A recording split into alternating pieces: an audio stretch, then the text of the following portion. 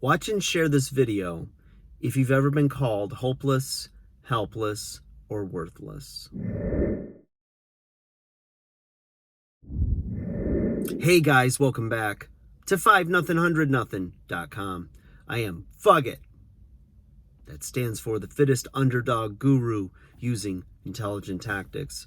And I want to talk to you guys today that are in a place where you've been affected by the words of others, by the thoughts and opinions of others that have either said that you're worthless, helpless, hopeless, anything like that. And you know, when I was growing up, there was always the saying, sticks and stones may break my bones, but words will never hurt me.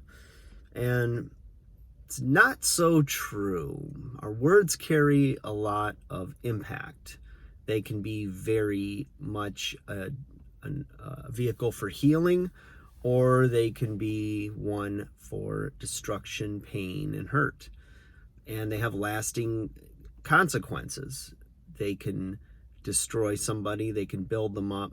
Somebody is like right near the top of the mountain of whatever they're trying to achieve or do something, and a word of encouragement or acknowledgement of effort can really do a lot to boost someone's spirits and be a little extra fuel in the fuel tank when they feel like they're running on empty, and it gets them over that finish line, or at least to the next day. So, you know, it's all different for everybody, but you know, everyone, if you think back over your life, there's been people that have both encouraged you, boosted you up, and, you know, helped you to see yourself in a more positive light, worked on your self-esteem, your self-worth, and maybe pushed you to great things, right? Saw the potential in you, continued to, I guess you could say, speak to it or speak life over you. And, you know, it made a very strong impact. You never forget those people, you know, even if it's from time to time, you start to look back over what's, you know, what you're grateful for in your life. And usually it's tied to somebody or certain people that have circumstantially been in the right place at the right time, and you are a beneficiary of that, right? You've benefited from that. And the thing is that if you've been called any of those things we talked about, hopeless, worthless, selfless, you know, I encourage you to try to take an honest look back over your life and think about the good things you've done for people. You know, the people that you've helped out when they were down, you know, the impact, because you've all had an impact in some way, shape, or form in a positive way on people. And, you know, we all have our faults. We've all done things that we're ashamed of, that we regret, that we pay for, whether in the short term or that have the more catastrophic results in the long term. And I don't think that anybody deserves to pay for that forever. You know, I think there's always some seed of goodness in everybody. There's something that is good. There's something that is light, is positive, and can contribute or be useful to others, you know, to people in your immediate surroundings or globally. And the thing is, one of the things on a side note that make me successful as a personal trainer is there's situations where there's more rough around the edges clients, okay? People that are seeking out personal training. And either they've had trainers and it was combative or wasn't the right fit, or they maybe lack certain social skills and they, you know, just hit a brick wall and or offend people along the way, and you know, they're just more difficult people to work with. At least that's the general feeling.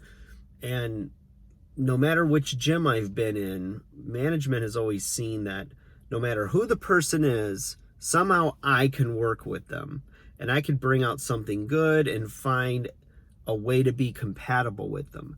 And they've asked me often what that is that I do. Do I just tolerate a lot of crap, or do I have some magic formula that I use that turn these into nice people?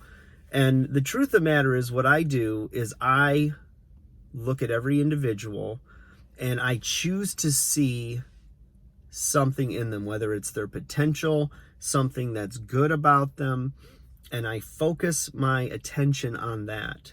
I give acknowledgement and praise to that. I encourage that.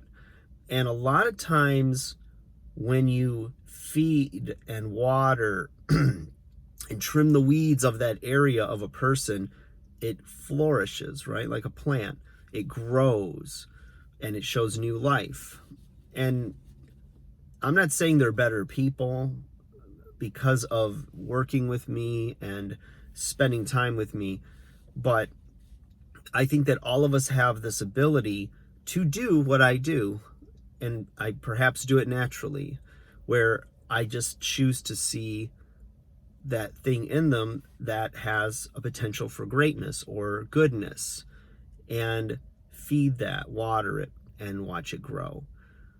And usually the negative traits that others have seen, or that person themselves has displayed as whether defense mechanism, or maybe it's rooted in past hurts, whatever it is, right? I just pay little attention to that. I just feed the good, right? I take what's good, or as Bruce Lee said, absorb what's useful, reject what's useless. And that type of strategy really works well in family situations.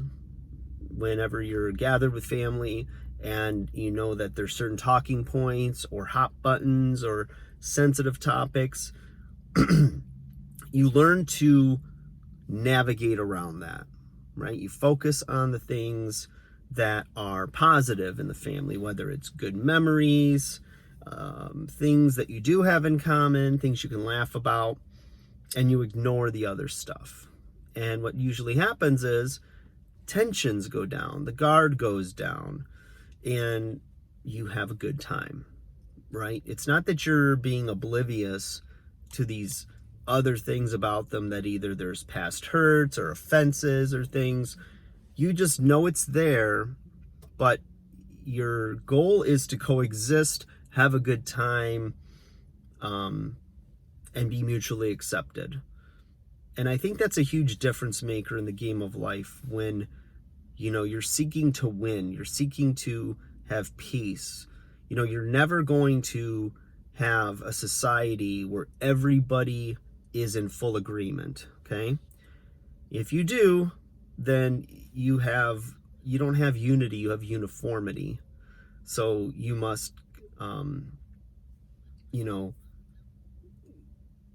what's the word?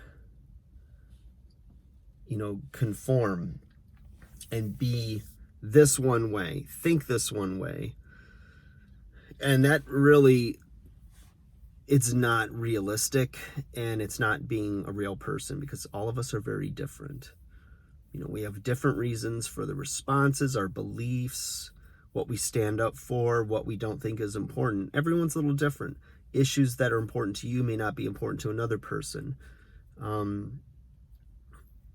It's really not a good position to just put people in a category. Now, I know when we're growing up and we're young, we have stereotypes.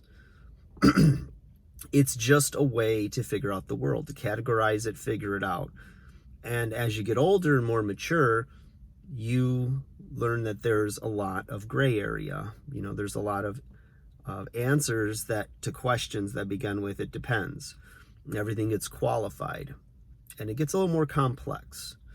And at some point, you have to simplify and say, okay, there's good and there's bad in everybody. Let's just acknowledge that. We're all going to make mistakes. We're all going to have some victories. We're all going to have people that love us. Some stick around, some don't. Some relationships run its course, and it had a time in your life, and you take that book, you close it up, and you put it back on the shelf, and you pick up another book, and that's the next chapter of your life. And that those things are all okay. And that's being realistic and living in the real world. It happens. But at the end of the day, I think you've got to take risks. And if people see the greatness in you and you're surrounded by people that love you, adore you, then there's probably, first off, count yourself lucky. Very fortunate. The other thing is, you might be doing things already that I've talked about here. You might naturally be lending value or to these people that are building you up. But at the end of the day, if those words that people have said have affected you negatively, you've allowed it to permeate and define you, and you can't do that. If you're the only person who's your advocate, who defends you, then do that. Be that person. Or look to others, look to information like this that will help to strengthen you and encourage you and build you up. And when that's going on, while that's happening, I encourage you to begin to be, that person to others, that if you don't feel like somebody is building you up, build somebody else up. See the greatness in them. And there's definitely a law of reciprocation that happens. You probably know those, and I've talked about it here, that are constantly giving, that they have things don't have them, and they're looking for people in need. And when people have a need, they gladly give what they have. And somehow, some way, more comes back to them in that process. The same is true not only of financial things or tangible things, but also of your time, your attention, your praise, your love, your compassion. You can give so much. You have it in you, and it's not meant to be stored and guarded and protected from harm or from anyone taking it from you. It's meant to be freely shared, freely give, freely receive. And you'll find that you're a lot happier, and those thoughts or those words that others have had of you will have less and less impact, because you'll realize that was said either out of their own pain or maybe said in a snapshot time in your life when maybe you weren't acting up to either their standards, or maybe you just weren't happy, and it was manifesting in behaviors, attitudes, and words on your end. That was the feedback you were getting. But in any event, just take those words to heart, you guys. I didn't know how this video would come out, but I just wanted to kind of speak freely to it and give you something to think about, and wanted to encourage you. There are seeds of greatness in you. You may have previous achievements that are the evidence of that. You might have dreams or goals that you have for yourself that others have told you can't do. You can do anything you put your mind and your heart to. You focus and you press on. Persevere. Like, share, subscribe.